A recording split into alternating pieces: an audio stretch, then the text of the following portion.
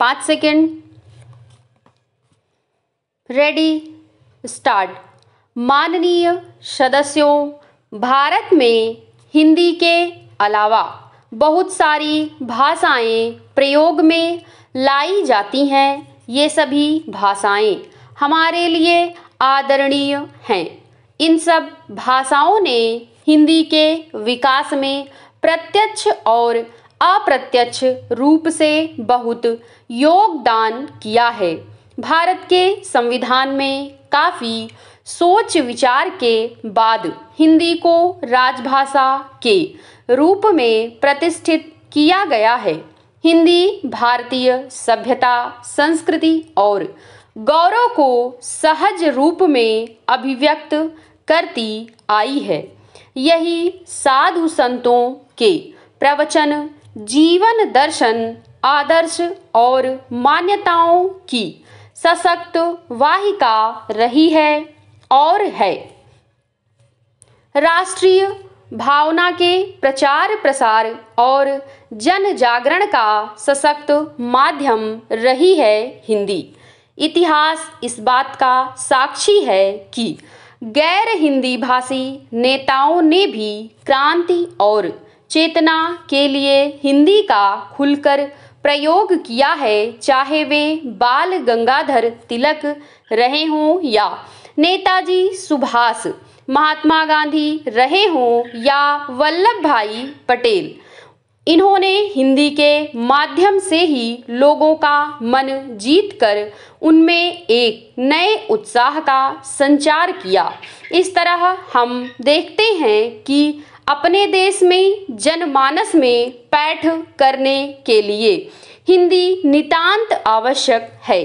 साथ ही संविधान में भी यह व्यवस्था की गई है कि संघ सरकार का कामकाज राजभाषा हिंदी में हो।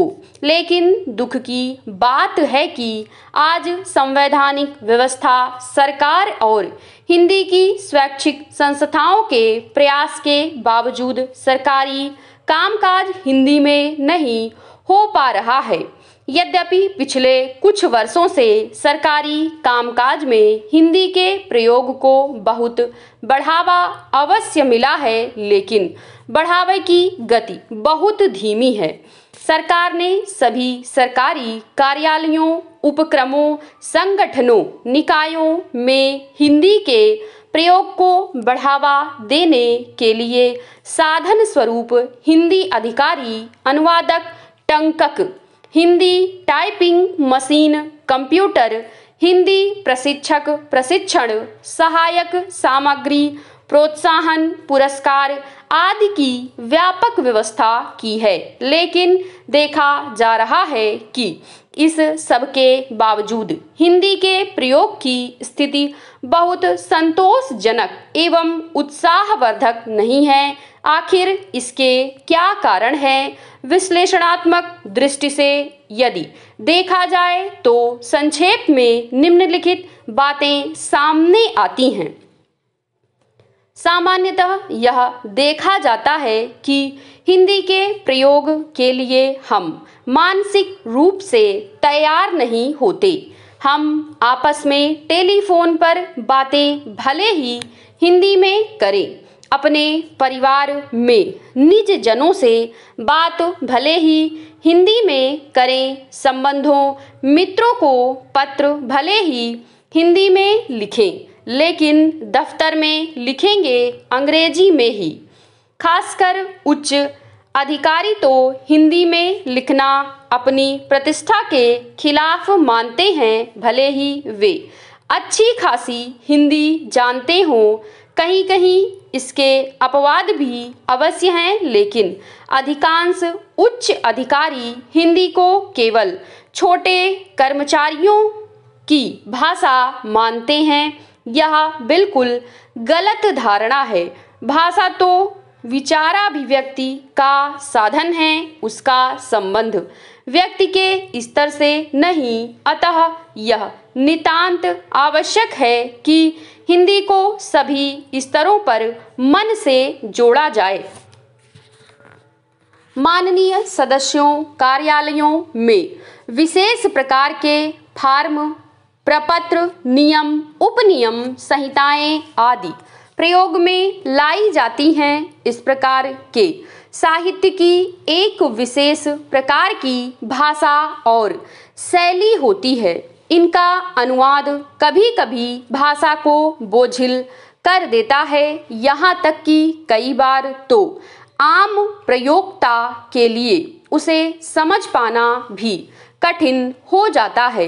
इस प्रकार की बोझिल अनुवादी हिंदी भी हिंदी के प्रयोग में बाधक सिद्ध हुई है। अतः इस प्रकार का साहित्य कार्यालय की अपेक्षाओं के अनुरूप ही सरल हिंदी में तैयार किया जाना चाहिए और इस प्रकार की कार्य योजनाओं को अधिकारी स्तर पर प्रोत्साहित कर सभी अपेक्षित सुविधाएं मुहैया कराई जानी चाहिए। कार्यालय में जब कोई कर्मचारी या अधिकारी हिंदी में लिखने का शुभारंभ करता है तो बीच बीच में कोई तकनीकी शब्द आ जाता है जिसका हिंदी रूप उसे ज्ञात नहीं होता।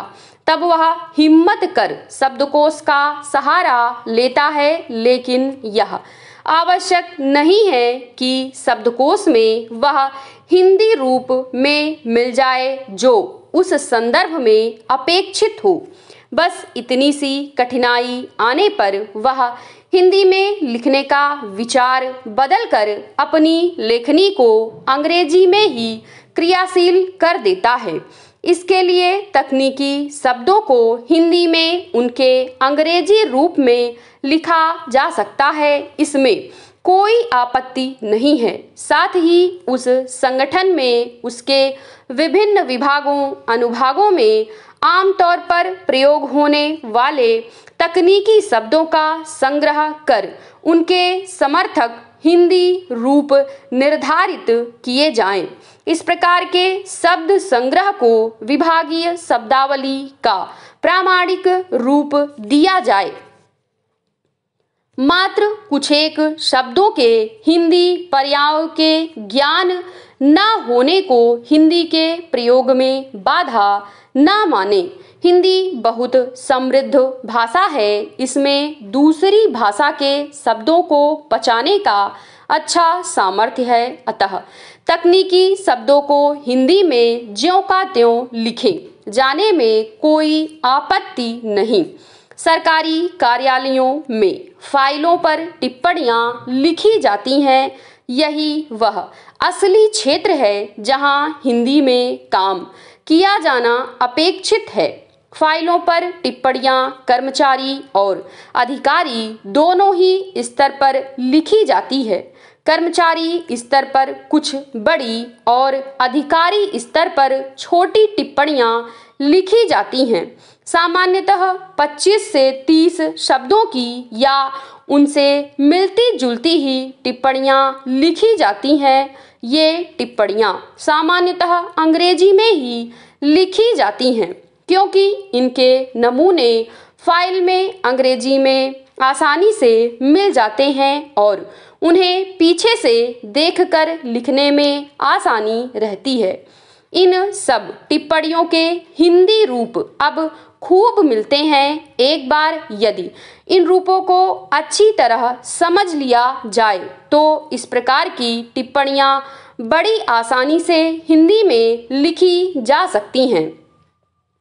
अधिकारी स्तर पर तो यह काम और भी आसान है। उन्हें तो केवल 1-2 शब्दों या वाक्यों की टिप्पणियां ही प्रायः लिखनी होती हैं, जैसे चर्चा करें आदि। समाप्त।